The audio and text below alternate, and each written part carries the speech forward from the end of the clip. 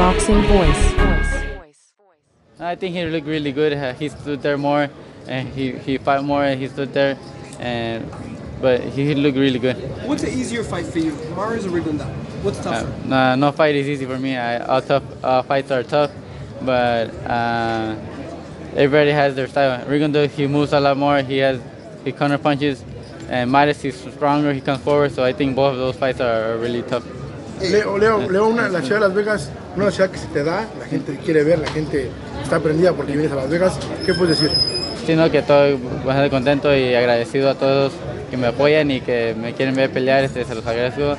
Y para eso estamos, para darles a ellos grandes peleas y que nos sigan apoyando. Ya es normal que te robes el show, casi siempre tus peleas terminan siendo las más interesantes y las que a la gente le gusta mucho. Sí, sí, claro que sí, para eso entrenamos duro en el gimnasio para venir a dar esas grandes peleas, porque como dice allá en el gimnasio, entrenamiento es donde se ganan uno las peleas y ya cuando viene acá ya no lo hace más fácil. ¿Te suenan los nombres de Johnny González y Abner Mar?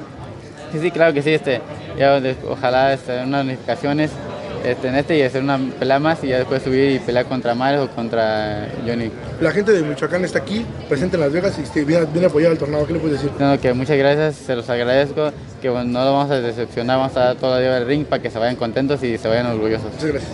Hey Leo, after what's his name? Guillermo Rigondeaux fought against Asashi Amagaza, he actually praised Guillermo Rigondeaux, and then he turned around and called you out. Did you know about that, and what do you think about that? No, I didn't know about that, but I think, like I said, I'm willing to fight Guillermo Rigondeaux whenever. Just hopefully the camps they come to an agreement, and whenever that fight happens, I'm gonna be really happy because I'm gonna please the fans and I'm gonna show him I'm not scared of him. Okay, and your father, a lot of fans they perceive that your father, he seems like he really has no interest in fighting against fighting against Guillermo Rigondeaux, and he actually said, or you said in an interview previously, your dad doesn't like that fight. So I want to know, who has been the main guy in your camp that really didn't have an interest in that fight, at least previously? Yeah, my dad. Because he's saying that he's a good fighter and everything, but he's saying that he's not gonna make a boring fight because he's gonna be running or his style is not gonna make for an interesting fight.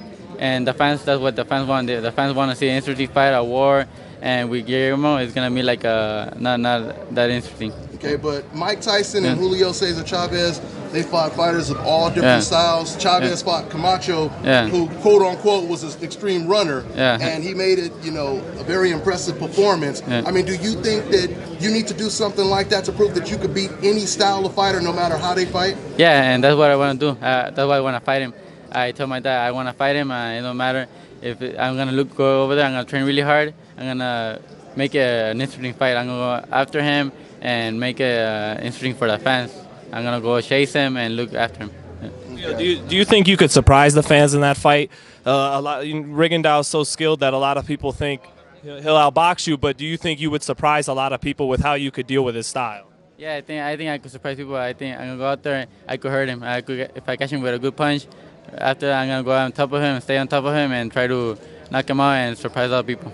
When you watch Rigondeaux on tape, is that what you see? I got to stay on top of this guy. I got to put pressure on him. Yeah, I have to stay on top of him, cut the ring, don't give him no distance, and stay on top of him all the rounds. And I think with that, working the body, I'm gonna tire him, and he's gonna have no choice than to stay there with me. Leo, thanks for your time. Last question for you. You haven't just been beating guys; you've been dominating them. Do you need a knockout Saturday night?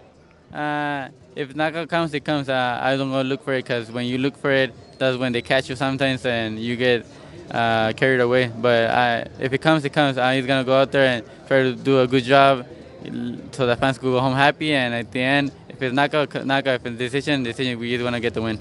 Is there anything you would like to say to all the fans that'll be tuning in Saturday night?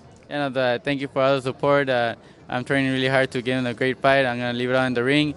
And hopefully they go home happy after in the fight. Thanks a lot, yeah, thank you. Leo, Abner Mares, he basically said he didn't think you have a chance against Guillermo Rigondeaux. What do you think about him saying that? Well, that's his prediction, but I have my own, and he could talk after me and him go in the ring, and he'll know what. All right, thanks. Thank you.